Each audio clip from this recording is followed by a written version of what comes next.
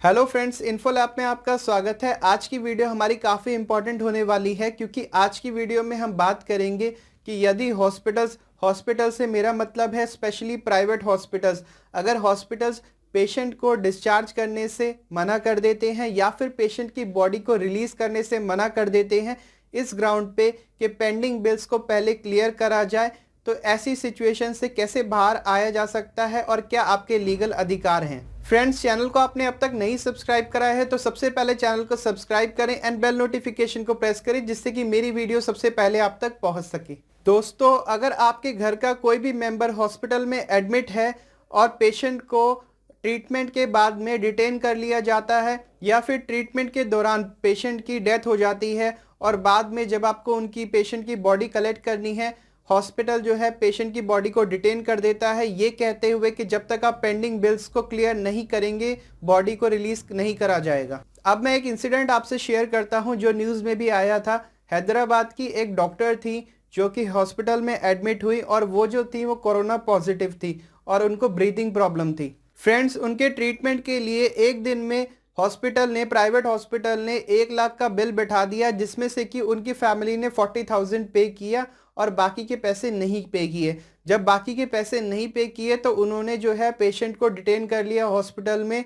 कहने का मतलब है पेशेंट को उन्होंने डिस्चार्ज नहीं किया इसी ग्राउंड पे कि जब तक ड्यूज नहीं क्लियर होंगे पेशेंट को रिलीज नहीं किया जाएगा। दोस्तों, आज की वीडियो ऐसी सिचुएशन से डील करने के लिए ही मैंने बनाई है। तो अगर आपके घर का कोई भी मेंबर हॉस्पिटल में एडमिट है और ट्रीटमेंट के दौरान उनकी डेथ हो जाती है या फिर ट्रीटमेंट के बाद उनको डिस्चार्ज करना होता है और ऐसी सिचुएशन में अगर आप उस पोजीशन में नहीं है कि वहां पर आप सारे बिल्स को क्लियर कर सकें, तो ऐसी डिफ़िकल्ट सिचुएशन में सब्र से काम लेना बहुत ही मुश्किल होता है। बट फिर भी मैं आपको सलाह लूँगा, सब्र से काम ले और आपको क्या करना है ऐसी सिचुएशन में ये मैं आपको बताता हूँ।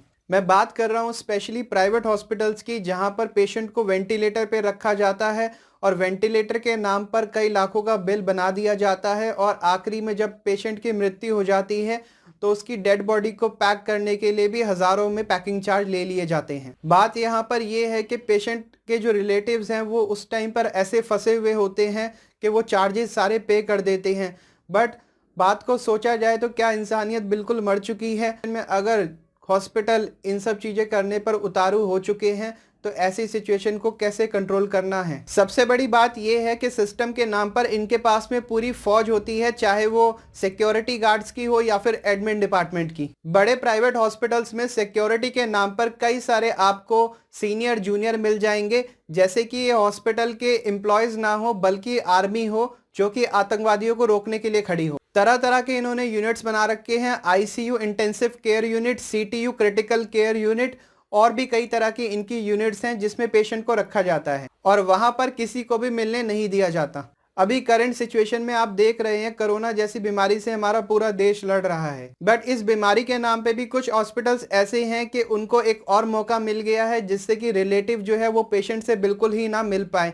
ये लोग जो हैं अंदर से ही खुद ही अपडेशन दे देते हैं कि कैसी पेशेंट की तबीयत है और कैसी नहीं। हॉस्पिटल्स के कई सारे लेवलों पे आपको इनकी सिक्योरिटी मिलेगी जहां पर जो पेशेंट है उसके घर वाले या जो भी उसका ऑथराइज पर्सन है उसको मिलने से रोक दिया जाता है, जैसे घर वाले ना मिलने आ रहे हो बल्कि कोई आतंकवादी मिलने आ रहा हो। एक तो फ्रेंड्स, जो पेशेंट होता है उसके घर वाले वैसे ही काफी परेशान होते हैं और इन सब चीजों की वजह से एक टॉर्चर तरीके का फील होता ही है। पेशेंट आईसीयू में हो या सीटीयू में हो, इनका कहना यही होगा कि पेशेंट ठीक है, रिकवर हो रहा है, and all of a sudden ये आपको कह देंगे कि एकदम से पेशेंट की तबीयत खराब हो गई है, आप ब्लड ले आइए, आप डोनर का इंतजाम कर लीजिए, आप ये करिए, आप वो करिए, एंड उसके बाद क्या, patient is dead, we tried our best. सारे हॉस्पिटल्स एक जैसे नहीं होते। मैं उन कुछ प्राइवेट हॉस्पिटल्स की बात कर रहा हूं जो लोगों की खून पसीने की कमाई को लूट रहे हैं और ये वीडियो का बनाने का पर्पस यही था क्योंकि मैं ये पर्सनली भी 2-3 बार फील कर चुका हूँ, फेस कर चुका हूँ। मैं फिर से उसी बात पे आता हूँ जो मैंने वीडियो की स्टार्टिंग में कही थी कि यदि ये पेशेंट को या पेशेंट की बॉडी को डिस्चार्ज करने से, रिलीज करने से मना कर देते हैं ये कहते हुए कि आप पेंडिंग बिल्स को पहले क्लियर करें, तो फ्रेंड्स जो भी ऑथराइज पर्सन है पेशेंट के बिहाफ पे वो सबसे पहले क्या करे, हॉस्पिटल के इंचार्ज या फिर जो सीनियर डॉक्टर है उनसे बात करें and request the senior doctor और the incharge to release the patient body और patient even if you don't have the money to pay the bills. अगर आपको हॉस्पिटल में नहीं सुना जाता सीनियर डॉक्टर द्वारा या फिर इंचार्ज के द्वारा तो इनसे बहस करना बिल्कुल बेकार है, क्योंकि वो वहां पर होंगे 100 और आप होंगे खाली 2। आपने ज्यादा ऊंची आवाज में बात करने की कोशिश करी तो इनका जो सिक्योरिटी स्टाफ है वो उठा के आपको बाहर फेंक देगा। मैं आपको एक बात बिल्कुल क्लियर कर दूं कि पेशेंट की डिटेंशन को लेके इंडिया के अंदर कोई स्पेसिफिक लॉ या फिर कोई अदर लॉ फ्रेम नहीं है, और ऐसे में कुछ रेमेडीज फिर भी आपके पास में अवेलेबल हैं। अगर आपकी सारी कोशिशें नाकाम होती हैं, हॉस्पिटल के स्टाफ से या फिर सीनियर डॉक्टर से या फिर इंचार्ज से बात करने पे बात नहीं बनती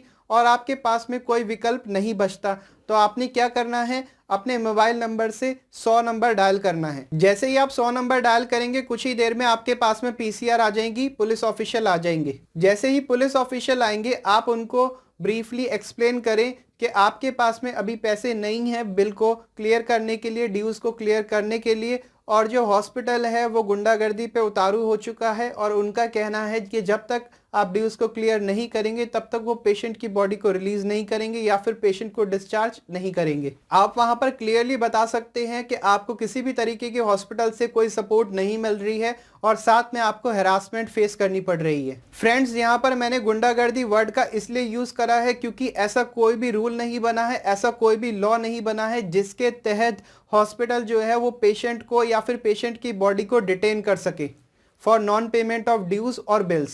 एंड ऐसी गुंडागर्दी को कंट्रोल करने का काम पुलिस का है, आपका नहीं। कानून को अपने हाथ में ना लें बल्कि कानून को फॉलो करके उसकी मदद से ऐसी सिचुएशन से बाहर निकलने की कोशिश करें, और मुझे पूरा भरोसा है इस चीज को फॉलो करके आप बाहर निकल पाएंगे। फ्रेंड्स, जब बात बार बार आ रही है नॉन पेमेंट ऑफ ड्यूज की, बकाया बिल्स की, तो मैं आपको एक चीज क्लियरली बता दूं कि नॉन पेमेंट ऑफ डेट्स की रिकवरी के लिए ऑलरेडी लॉ फ्रेम है और इसके लिए ऑलरेडी कोर्ट प्रोसीजर बना हुआ है। पुलिस की मदद से आपको बॉडी भी मिल जाएगी even if you have not paid the pending bills. Police के नाम से दोस्तों ना डरे, क्योंकि पुलिस ही आपकी मदद करेगी। जो लोगों की ये व्यू है कि पुलिस कुछ नहीं करती, मैं उनके साथ में बिल्कुल एग्री नहीं करता। फ्रेंड्स, पुलिस अब काफी एक्टिव है और आपकी कंप्लेन पर तुरंत एक्शन होगा। सो फ्रेंड्स, आज की वीडियो में पेशेंट की डिटेंशन को लेकर हमने कई इंपॉर्टेंट बातें डिस्कस करी एंड अब इस वीडियो में हम कुछ पेशेंट के अधिकारों के बारे में भी जान लेते हैं। फ्रेंड्स, इमरजेंसी सिचुएशन में पेशेंट को किसी भी हॉस्पिटल में एडमिट किया जा सकता है, चाहे वो प्राइवेट हो या गवर्नमेंट, और जो हॉस्पिटल है उसको पेशेंट को प्राइमरी ट्रीटमेंट देना होगा चाहे उसकी जेब में पैसे हैं या नहीं। सेकेंड चीज, पेशेंट खुद या फिर पेशेंट के बिहाफ पे कोई भी ऑथराइज पर्सन या उसका रिलेटिव ये पूछ सकता है डॉक्टर से उसको कौन सा ट्रीटमेंट दिया जा रहा है और कौन सी मेडिसिन दी जा रही हैं। इवन पेशेंट के बिहाफ पे कोई भी ऑथराइज पर्सन पेशेंट की फाइल, डॉक्यूमेंट्स, टेस्ट की रिपोर्ट डॉक्टर से ले सकते हैं और किसी भी दूसरे डॉक्टर को सेकंड ओपिनियन के लिए दिखा सकते हैं। कोई भी हॉस्पिटल का स्टाफ या डॉक्टर आपको इस चीज के लिए मना नहीं कर सकता। एक मेरा पर्सनल सजेशन है आपको, यदि पेशेंट का कोई मेजर ट्रीटमेंट हो रहा है और पेशेंट को महंगी मेडिसिन या फिर सर्जरी से जुड़ी कुछ और चीज़ों की आवश्यकता है तो आप कृपया करके 3 से 4 केमिस्ट पे पता करें और जहां पर रेट कम है वहां से परचेज करें। एक एग्जांपल मैं आपसे शेयर करता हूं। कई बार ऐसा होता है कि जो मेडिसिन है उस पे एमआरपी प्राइस 250 रुपीज़ लिखा होता है और जब आप उसको बाहर दूसरी शॉप्स पे ट्राई करते हैं तो आपको वो मेडिसिन 140 या 130 रुपीज़ की मिल जाती है। So put some effort to save your hard earn money,